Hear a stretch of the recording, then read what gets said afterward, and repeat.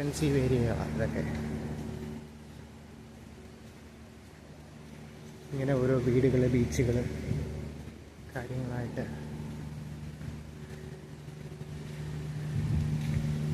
ഇതല്ലേ ഓഷൻ വില്ലകൾ പോലെ. നമ്മളൊരു നാട്ടിൽ ജീവിക്കുന്ന പോലെയാണ്. ഒരു നാട്ടിൻപുറത്ത് എങ്ങനെ ജീവിക്കുന്നോ അതേ രീതിയിൽ നമ്മുടെ ഒരു വീട് വാടകയ്ക്കെടുത്ത് താമസിക്കുമ്പം എന്തൊക്കെ കംഫർട്ട് നമുക്ക് കിട്ടുന്നു ആ കംഫർട്ടൊക്കെ കിട്ടത്തക്ക രീതിയിലാണ് ഇവിടെ കാര്യങ്ങൾ ചെയ്തേക്കുന്നത്. എന്നാൽ കടലിൻ്റെ സൗന്ദര്യം, ഇപ്പറേ കാടിൻ്റെ സൗന്ദര്യം, ഇങ്ങനെ എല്ലാം ഉൾപ്പെടുത്തിക്കൊണ്ടാണ് വീടിന് മതിലുള്ള പോലെ. കണ്ടില്ലേ ഒരു റൂം, ഇങ്ങനെ ഒരു റൂം നമ്മൾ വാങ്ങുക 412 റൂമിൻ്റെ പേര്. നമ്മളത് എടുത്ത് നമ്മുടെ സ്വന്തം വീട് പോലെ ഒരാഴ്ചത്തേന് ഉപയോഗിക്കുകയാണ്. അതാണ് അതിൻ്റെ സംഭവം എന്ന് പറയുന്നത്. അല്ല, ഇവിടെ അത്യാവശ്യം വീടുകൾ, കടകളൊക്കെയാണ്. ക്രിസ്മസ് അല്ലേ വരുന്നത്. ക്രിസ്മസുമായിട്ട് ബന്ധപ്പെട്ട് കടകൾ, കാര്യങ്ങൾ, ഇവിടെ ടൂറിസ്റ്റുകൾക്ക് സാധനങ്ങളൊക്കെ ഇവിടുന്ന് വാങ്ങാം. എന്നാൽ ഇത് ചിലത് റിസോർട്ടുകൾ, റെസ്റ്റോറൻറ്റുകളുമാണ്. ഇവർക്ക് വേണ്ട വെറൈറ്റി ഫുഡൊക്കെ ഉണ്ടാക്കി കൊടുക്കുന്നത്. മനോഹരമായിട്ട് എല്ലാം ഓല പോലെ മേഞ്ഞിട്ടുണ്ട്. തടിയടിച്ചിട്ട് അതിൻ്റെ മുകളിൽ ഓല മേഞ്ഞിട്ടുണ്ട്. ഇതല്ലേ, ഇതിങ്ങനെ ഒരു ഏരിയ ആണ്. ഇതിങ്ങനെ തീർന്ന് കറങ്ങി തിരിഞ്ഞ് വരുമ്പോൾ ഇത് ഗ്രൗണ്ടാണ്, മാരിയറ്റിൻ്റെ ഗ്രൗണ്ട്. ഇവിടെ ക്രിക്കറ്റ്, ഫുട്ബോൾ കളിക്കുകയോ പിടിക്കുകയോ ഒക്കെ ചെയ്യാം. സ്റ്റാഫിൻ്റെ കേട്ടോ, സ്റ്റാഫ് കോട്ടാണ്. ഇവിടെ നിന്ന് ഇങ്ങനെ വരുമായിരുന്നു. ഇവിടം വരെ ഗസ്റ്റിൻ്റെയാണ്. ഇങ്ങോട്ട് നമ്മൾ സ്റ്റാഫിൻ്റെ കോട്ടാണ്.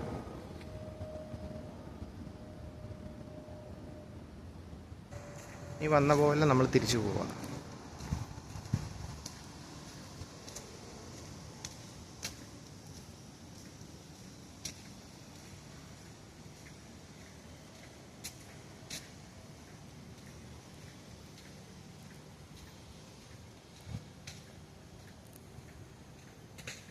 വലിയ മതിലുകളോടൊക്കെ കൂടി. ഇതാണ് ഓഷൻ വില്ല എന്ന് പറയുന്നത്. ഇതിൻ്റെ ഉള്ളിലേക്ക് പോകുന്നതാണ് ഇതിൻ്റെ എല്ലാം സെൻറ്റർ എന്ന് പറയുന്നത്. നമുക്ക് അങ്ങോട്ട് അധികം അങ്ങനെ പോകാനുള്ള പെർമിഷൻ ഇല്ല. ഇവിടെയാണ് ഗസ്റ്റുകൾ ഈ റൂമൊക്കെ എടുത്തിട്ട് ഇതിൻ്റെ ഓപ്പോസിറ്റ് സൈഡാണ് സൺറൈസ് ഏരിയ എന്ന് പറയുന്നത്. നല്ലൊരു വ്യൂ പോയിൻ്റ്, മരങ്ങളൊക്കെ വെച്ച് പിടിപ്പിച്ച്. കടൽ കണ്ടേ, കടലിൽ നല്ല പവറാണ്.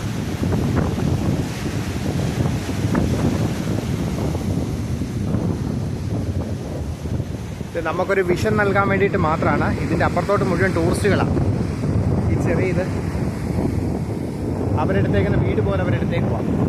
വേണ്ടല്ലേ, അങ്ങോട്ടുള്ള ഏരിയ മുഴുവൻ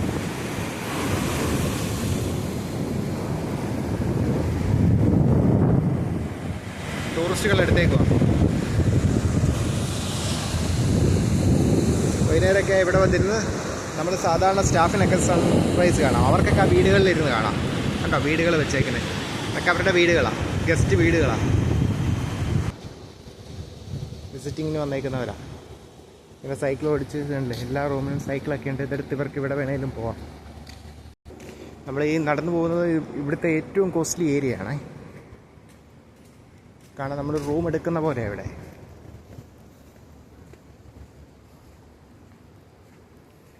കോസ്റ്റ്ലിയാണ്. ഇത് കടലിൻ്റെ നടുക്കൂടി ഒരു പാലം അപ്പുറത്തേക്ക് ഇട്ടേക്കുന്ന കണ്ടല്ലേ. അപ്പം അപ്പുറേ പോയാൽ അവിടെയും ഇതുപോലെ തന്നെ കോസ്റ്റ്ലി വില്ലേജാണ്. അവിടെ പോയി നമുക്ക് താമസിക്കുകയൊക്കെ ചെയ്യാം.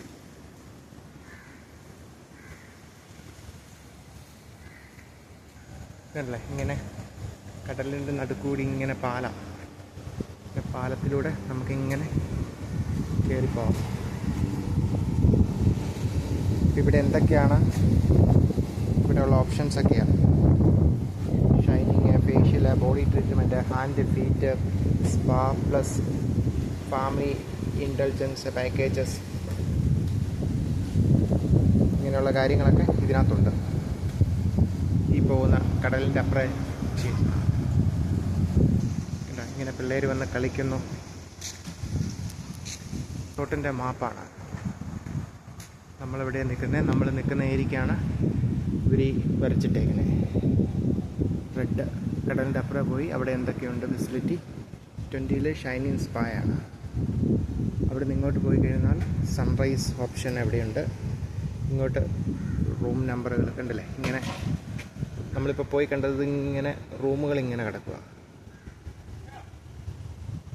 ഇവിടുന്ന് കടൽ വ്യൂ പോയിൻ്റാണ്. കടൽ വ്യൂ പോയിൻ്റ്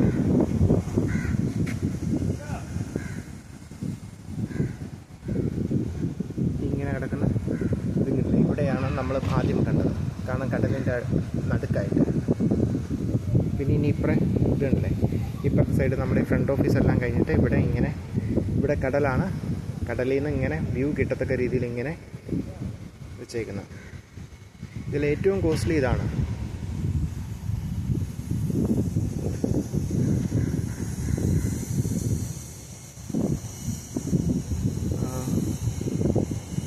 ഇത് കാക്പിനി ഹട്ട് എന്ന് പറയുന്ന ഏരിയ ആണിത്. ഇതും അത്യാവശ്യം എക്സ്പെൻസീവ്. പക്ഷേ ഇവിടെ എല്ലാവരും കൂട്ടായിട്ട് ഇങ്ങനെ താമസിക്കുകയാണെങ്കിൽ ഇവിടെ ഫാമിലി ആയിട്ട് താമസിക്കുക.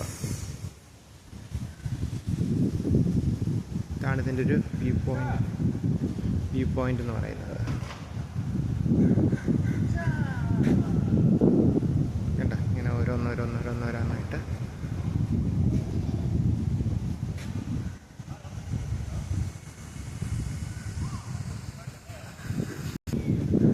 Sheraton full moon resorts.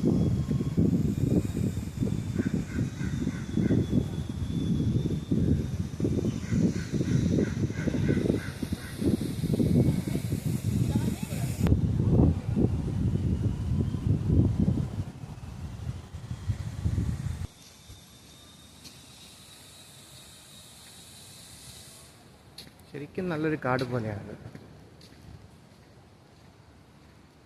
ഇങ്ങനെ ക്ലീൻ ചെയ്ത് വൃത്തിയാക്കി എപ്പോഴും മെനയാക്കി വയ്ക്കും.